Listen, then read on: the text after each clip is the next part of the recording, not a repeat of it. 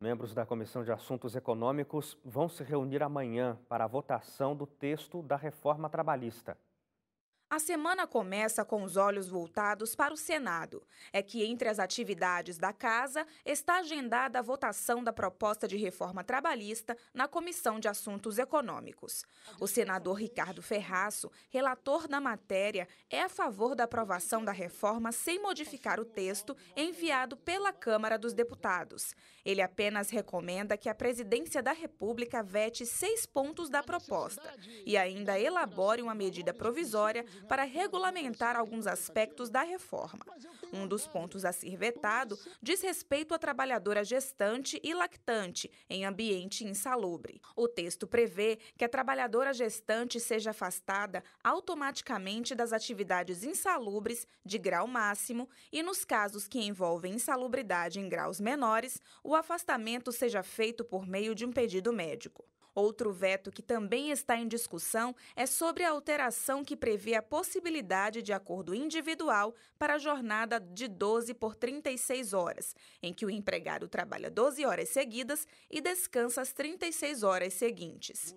Apesar de na última reunião ter havido um acordo para não adiar mais a votação da reforma na Comissão de Assuntos Econômicos, o senador Paulo Paim anunciou que vai apresentar voto em separado na próxima reunião, pedindo a rejeição de toda a reforma. Para garantir a aprovação da reforma trabalhista, o presidente Michel Temer chegou a sinalizar que pode abrir mão do fim da contribuição sindical.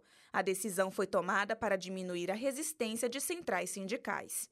Depois da votação na Comissão de Assuntos Econômicos, essa proposta ainda precisa passar pelas comissões de Assuntos Sociais e de Constituição e Justiça, antes de seguir para o plenário. Trajano, essa proposta de reforma trabalhista é uma das que tem gerado bastante discussão entre governo e oposição, assim como a da reforma da Previdência. E aí você mesmo chamou a atenção agora, enquanto a gente acompanhava a matéria, para um destaque interessante. O senador Ricardo Ferraço não quis fazer alteração no texto, embora ele tenha indicado 6 vetos para o presidente Michel Temer. A indicação e não a mudança no texto tem uma razão simples: não ter que voltar para a Câmara e perder mais tempo. Isso. Há uma pressa do governo em votar essa reforma trabalhista. A Câmara fez uma proposta, encaminha ao Senado. Se o Senado fizer qualquer alteração, ela volta para a Câmara. Só que a Câmara de hoje é diferente da Câmara de 3 meses atrás, antes das eleições da JBS. Então, consequentemente, o governo teria mais dificuldade em rediscutir essa questão na Câmara de Reforma Previdenciária. De um modo geral, é importante pensar numa reforma como a reforma da Previdência e também a reforma trabalhista. Aqui, na reforma trabalhista, tem algumas coisas, por exemplo, o trabalho em casa, que mudou em função de internet. Então, é importante discutir alguns pontos dessa reforma trabalhista. Atualizações da lei, eu acho que é fundamental. Mas, do jeito que está sendo colocada, ela prejudica muito a classe trabalhadora. Principalmente na possibilidade de negociação direta entre patrão e empregado, com a desestruturação do sindicato. Você extinguir a contribuição sindical é enfraquecer ainda mais os sindicatos hoje no Brasil. É fundamental também pensar em uma reforma do sindicato no Brasil. Hoje é possível fazer sindicatos municipalizados. Qual o resultado? Ocorreu uma fragmentação muito grande do sindicato no país. Qual a consequência disso? O sindicato perde força, perde capacidade de fazer uma discussão. E aí, quando você faz uma reforma trabalhista e coloca que a livre negociação sobrepõe a lei, qual é a dificuldade disso? Quem vai negociar pelos trabalhadores? Colocar o trabalhador lá na ponta, com a baixa escolaridade e baixa capacidade de negociação, para negociar diretamente com o patrão, qual o resultado? A corda sempre estoura do lado mais fraco e, consequentemente, o trabalhador vai perder nesse processo de negociação. Existem algumas linhas de pensamento, Trajano, que dizem que essa reforma trabalhista, ela, como você colocou aí, vai prejudicar trabalhadores, mas também prejudicaria empresários, fazendo uma junção com os outros planos do governo, como, por exemplo, o teto de gastos, que a gente sabe aqui tem um fim específico de conseguir garantir o pagamento dos juros, então a gente teria um Brasil trabalhando pelo capital especulativo, não pelo capital produtivo.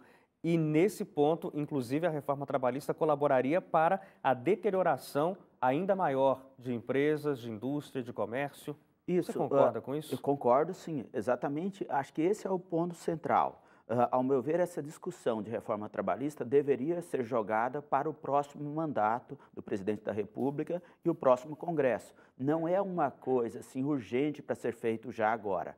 Precisamos de uma discussão melhor da sociedade. Primeiro que nós temos que pensar que a reforma está propondo uma negociação mais direta e principalmente uma facilidade na contratação e demissão de trabalhadores. Só que essa facilidade é complicada em cenários de crise. Ou seja, algumas grandes empresas hoje que necessitam negociar com o sindicato têm feito alguns acordos para manter o trabalhador mais tempo, porque tem um custo elevado das demissões. Em um cenário onde fica mais fácil demitir, quando a empresa começa a enfrentar uma situação de crise, qual é o resultado? Vamos demitir a maior parte dos trabalhadores. Isso provoca uma crise ainda maior. E nós temos que pensar que, no caso brasileiro, o setor produtivo está extremamente prejudicado, tanto por parte dos trabalhadores quanto dos empresários. Reduzir a massa salarial no Brasil em uma situação de crise mais extrema, e a crise, infelizmente, continua piorando, qual o resultado? Reduz a capacidade de consumo e isso afeta diretamente o setor produtivo da economia. Então, nós temos que tomar bastante cuidado e não há dúvida que é fundamental discutir reforma trabalhista no Brasil, mas que essa reforma seja feita num debate mais ampliado. Eu acho que o primeiro ponto é discutir a estrutura de sindicatos no país. E depois discutir essa legislação trabalhista, que a realidade mudou bastante em um cenário onde os trabalhos são feitos em casa, são feitos em viagem até, onde o sujeito participa de vários movimentos. Por exemplo, aquela história do bater o cartão hoje não é prioridade nas empresas. Verdade.